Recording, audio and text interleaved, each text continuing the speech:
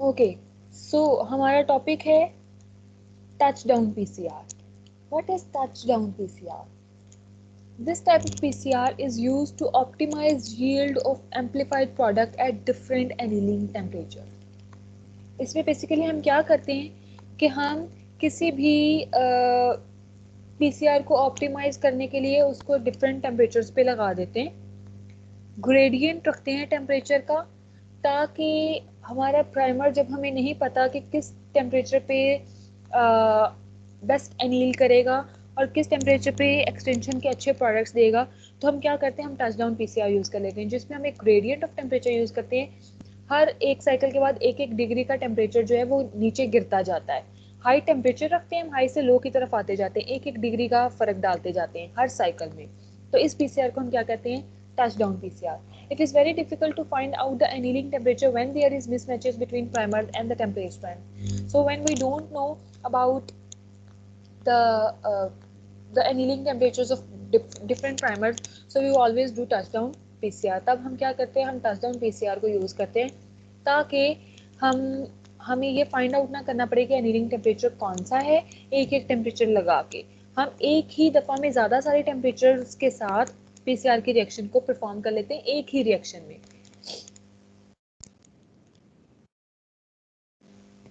In touchdown PCR, the TA, that is annealing temperature, during the first two cycles is set at 3 degrees centigrade above the calculated TA. एक approximate एक calculate TA तो हमने किया होता है, तो हम क्या करते हैं उस कैलकुलेटेड या थियोरेटिकल एनीलिंग टेम्परेचर से 3 degree centigrade above temperature set कर देते हैं और अपने पीसीआर को लगा देते हैं. पीसीआर को लगाने का तरीका वही है सारा एज इट इज़. जैसे हम कन्वेंशनल पीसीआर को परफॉर्म करते हैं, द प्रोटोकॉल रिमेन सेम.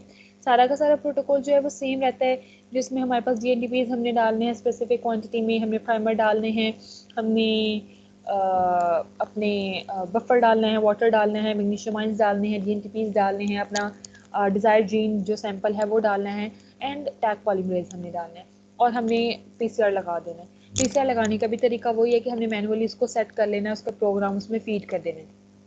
सिर्फ डिफरेंस हमने क्या करना है कि हमने अब क्या करना है, जो फर्स्ट वाले दो साइकिल्स होंगे उन दो साइकिल्स पे 3 डिग्री सेंटीग्रेड अबव टेम्परेचर रखना है कैलकुलेटेड टीए से, और उसके बाद पहले दो साइकिल्स के बाद हमने हर साइकिल पे क्या करते जाना है, टेम्परेचर को डिक्रीज करते जाना है. तो ये प्रोग्राम भी हम पीसीआर की मशीन में सेव कर देते हैं और फिर हम क्या करते हैं, टच डाउन पीसीआर जो है वो रन कर देते हैं, हमारे पास प्रोडक्ट्स आ जाते हैं. The annealing temperature is then reduced by 1 degree centigrade for every 1 or 2 cycles. Amplification of the specific target DNA starts when optimum TA is achieved. तो एम्पलीफिकेशन ऑब्वियस बात है कि वहाँ पर उस वक्त सबसे ज़्यादा होगी, उस वक्त नंबर ऑफ कॉपी सबसे ज़्यादा बनेगी when the specific optimum temperature annealing temperature is achieved. जब हमारे पास annealing temperature specific annealing temperature जो है वो अचीव हो जाएगा.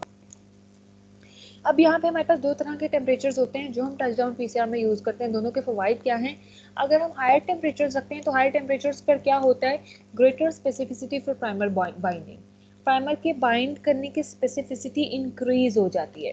हायर टेम्परेचर पे सिर्फ स्पेसिफिक प्राइमर ही बाइंड करेगा, स्पेसिफिक सीक्वेंस पे बाइंड करेगा और कहीं भी बाइंड नहीं करेगा. जैसे जैसे टेम्परेचर लो होता जाता है, ग्रेडियंट चूंकि हम सेट करते हैं, जैसे जैसे टेम्परेचर लो होता जाता है तो क्या होता है, मोर एफिशिएंट एम्पलीफिकेशन अकर्स. बहुत अच्छी एम्पलीफिकेशन होती है क्योंकि जो एक्सटेंशन होती है वो थोड़े कम टेम्परेचर पे हो रही होती है.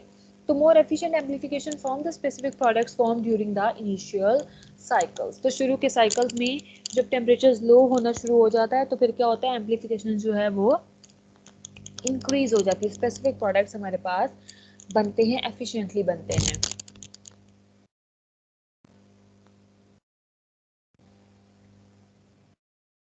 It is the quickest method to optimize PCR when it is required to use new template and primer combinations.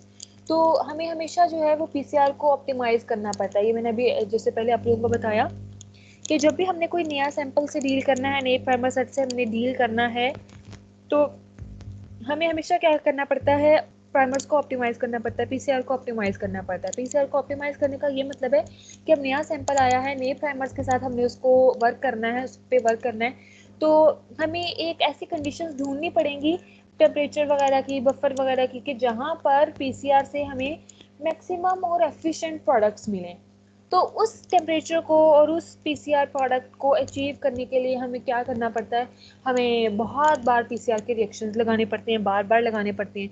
तो बार बार जब हम पीसीआर के रिएक्शंस लगाते हैं उससे हमारे रिएजेंट्स जो हैं वो वेस्ट भी होते हैं, हमारा डीएनए पॉलीमरेज, टैग पॉलीमरेज, हमारे जीएनटीपीज वगैरह, बफर्स वगैरह वेस्ट भी होते हैं।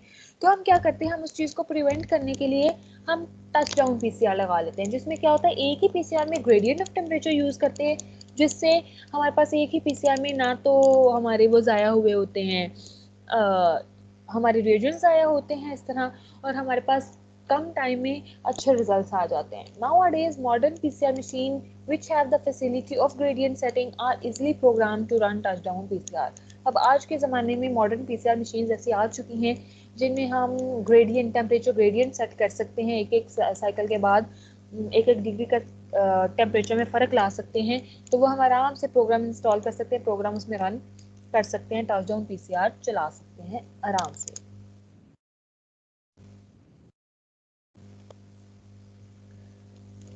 Next is hot start PCR. What is hot start PCR?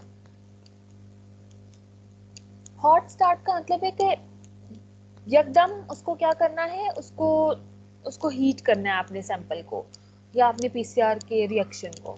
तो this is called hot start PCR. ये किया क्यों जाता है, समटाइम्स ऐसा होता है कि जब हम पीसीआर का रिएक्शन का सेटअप कर रहे होते हैं, जब हम चीज़ें डाल रहे हैं, डीएनटीपीज डाले, फिर वाटर डाला, बफर डाला, डीएनए टेम्पलेट डाल दिया और प्राइमर्स डाल दिए, टैग पॉलीमरेज डाल दिया, तो इतने में क्या होता है जब मैं ऐसे ऐसे चीज़ें डाल रहे हैं ना हम, तो समटाइम्स ऐसा होता है कि प्राइमर जो है ना वो हमारी शेल्फ पे ही पड़े पड़े जो हैं वो हमारे सीक्वेंस के साथ बाइंड कर जाते हैं, यानी कि डीएनए टारगेट डीएनए के साथ बाइंड कर जाते हैं।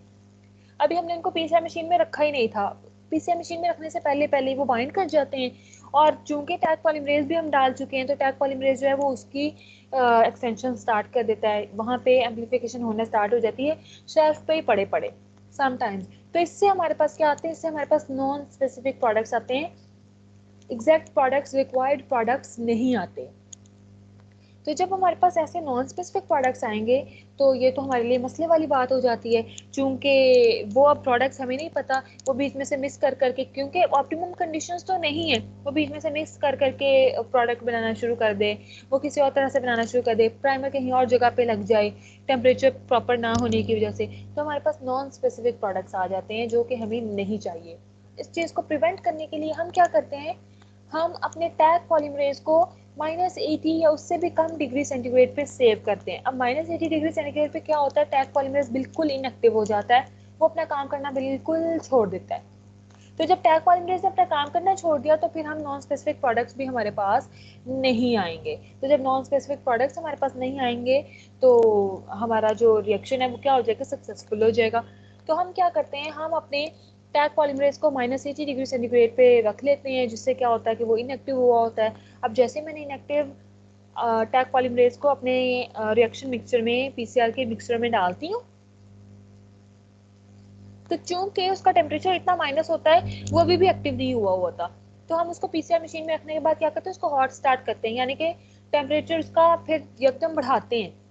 तो एकदम जब टेम्परेचर बढ़ाते हैं फिर वो एक्टिव होता है, वो -80 से जब वापस आता है पॉजिटिव की तरफ, तो फिर उसका टेम्परेचर जो है वो बढ़ने लगता है और वो एक्टिव हो जाता है।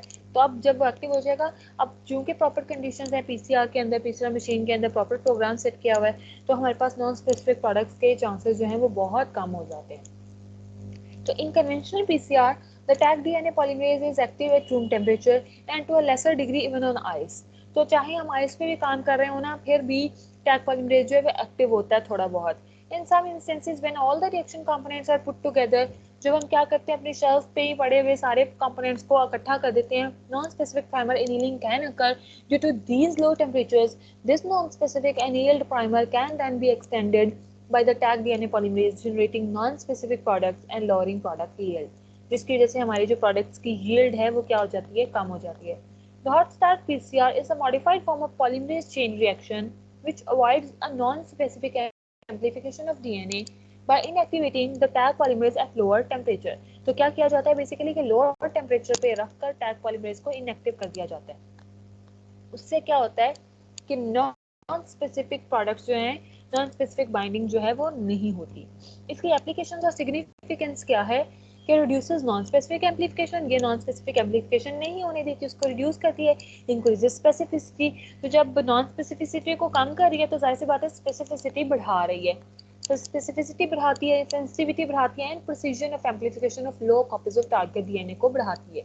प्रिसीजन यानी कि एक्यूरेटली काम करने की सलाहियत को बढ़ा देती है। हमारे पास जो एम्पलीफाइड प्रोडक्ट्स आते हैं वो क्वाइट एग्जैक्ट होते हैं, जो कि हम चाह रहे होते हैं वही वाले प्रोडक्ट्स हमारे पास आते हैं। It is use in multiplex PCR, इसको मल्टीप्लेक्स पीसीआर में भी यूज किया जाता है। मल्टीप्लेक्स पीसीआर हम आगे पढ़ेंगे इंशाल्लाह। It is use in multiplex, yes ma'am हमें स्लाइड नंबर 17 नहीं शो हो रही, 16 पे ही है अभी। Okay.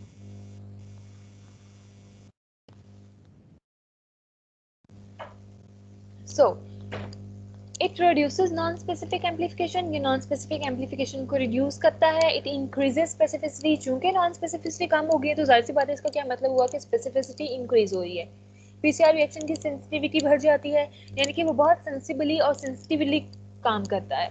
Precision of amplification of low copies of target DNA जो है वो बढ़ जाती है, प्रिसीजन इंक्रीज हो जाती है, एक्यूरेट काम करने की precision. It is used in multiplex PCR, multiplex PCR हम इंशाल्लाह आगे पढ़ेंगे भी, जिसमें हम क्या करते हैं नंबर ऑफ प्राइमर सेट्स जो हैं वो यूज कर लेते हैं, मल्टीपल प्राइमर सेट्स को यूज करते हैं और एक ही पीसीआर में रन कर लेते हैं। It is used in multiplex PCR where multiple primer pairs are used to amplify multiple sequences as it prevents from dimer formation. होता क्या है कि जब हम मल्टीप्लेक्स पीसीआर करते हैं तो मल्टीप्लेक्स पीसीआर में हम एक प्राइमर सेट नहीं डालते, हम ज्यादा प्राइमर सेट्स डालते हैं। ज्यादा प्राइमर सेट्स क्यों डालते हैं? क्योंकि एक ही वक्त में मुझे ज्यादा सारे जीन्स को एम्पलीफाई करना है, एक ही सैंपल के ज्यादा सारे डिजायर सीक्वेंसेस को एम्पलीफाई करना है। तो जब ज्यादा सारे डिजायर सीक्वेंसेस को एम्पलीफाई करना है, एक है क्रोमोसोम ए पे, दूसरा है क्रोमोसोम बी पे, तीसरा है क्रोमोसोम सी पे, चौथा क्रोमोसोम डी पे, सो ऑन। तो हर क्रोमोसोम के लिए, हर डीएनए सीक्वेंस के लिए मैं अलग अलग प्राइमर डिजाइन करूंगी और वो सारे के सारे प्राइमर्स एक ही पीसीआर रिएक्शन में डाल देते हैं। अब जब एक ही पीसीआर रिएक्शन में डाल देते हैं तो प्राइमर्स जो हैं वो आपस में, समटाइम्स ऐसा होता है कि एक प्राइमर की कॉम्प्लीमेंटरिटी होती है दूसरे प्राइमर के साथ, तो वो प्राइमर्स ही आपस में बाइंड कर जाते हैं, वो डाइमर बना लेते हैं। तो टाइमर बन जाएंगे जब, तो फिर पीसीआर रिएक्शन तो हो ही नहीं सकेगा, उन टाइमर्स कैसे खुलेंगे? और ये तो हमारे लिए खतरे वाली बात है, हमारे रिएजेंट्स वेस्ट होंगे और हमारे पास नॉन स्पेसिफिक जो है वो रिजल्ट्स आएंगे। तो इस चीज़ को प्रिवेंट करने के लिए भी हम हॉट स्टार्ट पीसीआर को यूज़ करते हैं, ताकि टाइमर फॉर्मेशन ना हो। बीच में हम क्या कर देते हैं, टैग पॉलीमरेज को इनएक्टिव कर देते हैं, ताकि हमारे पास किसी भी किस्म के नॉन स्पेसिफिक प्रोडक्ट्स जो हैं वो ना आए। तो हम मल्टीप्लेक्स पीसीआर में भी हॉट स्टार्ट पीसीआर को यूटिलाइज करते हैं। Next is nested PCR. So what is nested PCR? Nested PCR का मतलब है two pairs instead of one pair of PCR primers are used to amplify a fragment. इसमें basically हम करते क्या हैं कि कन्वेंशनल पीसीआर में हम हमेशा एक प्राइमर यूज करते हैं, एक सेट ऑफ प्राइमर यूज करते हैं, एक पेयर ऑफ प्राइमर यूज करते हैं, एक फॉरवर्ड प्राइमर, एक रिवर्स प्राइमर, ठीक है। पर नेस्टेड पीसीआर में हम क्या करते हैं, हम दो सेट्स ऑफ प्राइमर यूज करते हैं, two pairs of primer use करते हैं। एक जो प्राइमर सेट होता है वो बड़े सीक्वेंस को एम्पलीफाई करता है, जो दूसरा होता है वो उसी बड़े सीक्वेंस के अंदर से छोटे से सीक्वेंस को एम्पलीफाई करता है। ऐसा हम करते क्यों है? हम ऐसा इसलिए करते हैं ताकि हमारे पास बहुत हाईली स्पेसिफाइड प्रोडक्ट्स आए। तो two pairs instead of one pair of PCR primers are used to amplify a fragment. एक ही fragment को amplify करने के लिए हम दो PCR primers use करते हैं। First pair amplifies a fragment similar to standard PCR. पहला जो pair है वो उसी तरह से amplify करेगा जैसे कि हमारा standard conventional PCR करता है, उस तरह से। Second pair bind inside the first PCR product. Second जो pair है, second primer जो है, प्राइमर सेट, वो कहाँ पर बाइंड करेगा? वो पहले वाले के जो लॉन्ग सीक्वेंस आया था उस पहले वाले के प्रोडक्ट के अंदर बाइंड करेगा, फर्स्ट पीसीआर प्रोडक्ट के अंदर। Fragment allow amplification of second PCR product which is shorter than the first one, जो कि ऑब्वियसली क्या होगा, छोटा होगा पहले वाले के प्रोडक्ट से। So here in the diagram you can see this is the DNA template. ये हमारे पास क्या है, डीएनए टेम्पलेट है, और ये सिर्फ इतना सा, ये रेड कलर से जो एरोज मार्क किए हुए हैं, ये सिर्फ इतना सीक्वेंस हमें एम्पलीफाई करना है। पर हम नेस्टेड पीसीआर लगा रहे हैं तो हम करेंगे क्या कि ये जो रेड सीक्वेंस है, ये जो सॉरी रेड टारगेट सीक्वेंस है हमारा, इसके थोड़ा बाहर बाहर से हम प्राइमर डिजाइन करेंगे। तो फर्स्ट प्राइमर सेट आप देख रहे हो ब्लू कलर का जीएनए टेम्पलेट के साथ हमने ब्लू कलर का इधर फॉरवर्ड प्राइमर लगा दिया, इधर रिवर्स प्राइमर लगा दिया और टारगेट सीक्वेंस से बहुत बाहर बहुत पीछे पीछे लगाया। अब इससे होगा क्या हमारे पास कि हमारे पास ये प्रोडक्ट्स आ जाएंगे। थर्ड वाली जो डीएनए टेम्पलेट लिखा हुआ है उसमें आप चेक करें तो उसमें देखें फर्स्ट पीसीआर प्रोडक्ट में हमारे पास क्या आए प्रोडक्ट्स, इधर फॉरवर्ड प्राइमर था इधर रिवर्स प्राइमर था, तो ये इतना इतना हमारे पास प्रोडक्ट आ गया। अब ये जो प्रोडक्ट्स हैं ये हमारे पास ये प्रोडक्ट हैं जो फर्स्ट पीसीआर प्रोडक्ट्स आए हैं हमारे पास। ये चूंकि लॉन्ग सीक्वेंस थे, लॉन्ग सीक्वेंस के अंदर अभी मेरे पास टारगेट सीक्वेंस मौजूद है, मुझे सिर्फ उतना टारगेट सीक्वेंस चाहिए। अब जो सेकंड प्राइमर सेट है वो क्या करेगा, वो इस टारगेट सीक्वेंस को एम्पलीफाई करेगा, इस फर्स्ट पीसीआर प्रोडक्ट्स के अंदर वो बाइंड करेगा। यहाँ पर बाइंड किया पावर प्राइमर और यहाँ रिवर्स प्राइमर रेड कलर का जो आपको शो किया हुआ है। अब ये जो प्राइमर्स बाइंड करेंगे तो हमारे पास टारगेट सीक्वेंस जो है वो एम्पलीफाई हो जाएगा। तो एंड पे आप देख सकते हैं दो रेड कलर के स्ट्रैंड्स आपको नजर आ रहे हैं। These two red strands are of our desired target sequence. ये हमारे जो हैं वो डिजायर्ड सीक्वेंस हैं, ये हमने एम्पलीफाई करने थे। पर हमने पीछे से दो प्राइमर लगा के पहले बहुत बड़े वाला सीक्वेंस को क्यों एम्पलीफाई किया, इसके हम एप्लीकेशंस अभी देखते हैं तो you will get the clear idea about this. तो very low probability of non specific amplification, इससे क्या होता है कि नॉन स्पेसिफिक एम्पलीफिकेशन की प्रोबेबिलिटी बहुत कम हो जाती है। समटाइम्स प्राइमर कहीं और भी जाके बाइंड कर सकता था, तो ये इस चीज़ के बहुत ज़्यादा प्रिवेंट हो जाता है, क्योंकि अब जो इतना सा सीक्वेंस हमने पहले प्रोडक्ट में एम्पलीफाई कर लिया, फर्स्ट पीसीआर प्रोडक्ट में जो हमारे पास आया फर्स्ट प्राइमर प्रोडक्ट, वो जो है वो ऐसा है कि अब उसमें से नॉन स्पेसिफिसिटी के चांसेस बहुत कम हो गए, क्योंकि अब जो प्राइमर सेट उसके अंदर बाइंड होगा वो सिर्फ उसी के अंदर बाइंड होगा, कहीं और बाइंड नहीं हो सकता, क्योंकि अब रिएक्शन के अंदर और कोई डीएनए सीक्वेंस ही नहीं है। ठीक है, तो it is most commonly used to specifically amplifying long DNA fragments than conventional PCR, but it requires more detailed knowledge of target sequences. इसको समटाइम्स कॉमनली हम इसलिए भी यूज कर लेते हैं कि कन्वेंशनल पीसीआर से इतने लॉन्ग प्रोडक्ट्स हमारे पास नहीं आते, तो हम नेस्टेड पीसीआर के थ्रू लॉन्ग लॉन्ग प्रोडक्ट्स भी हासिल कर सकते हैं। पर इसके लिए हमें फिर अगेन डिटेल नॉलेज चाहिए होगी कि कहाँ पे टारगेट सीक्वेंस जो है वो हमारा प्रेजेंट है और कहाँ पे हमने प्राइमर जो है डिजाइन करने, कहाँ पे जाके हमें बाइंड करवाना है। क्लियर?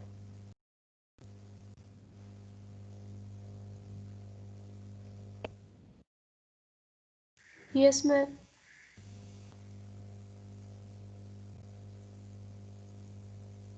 ओके,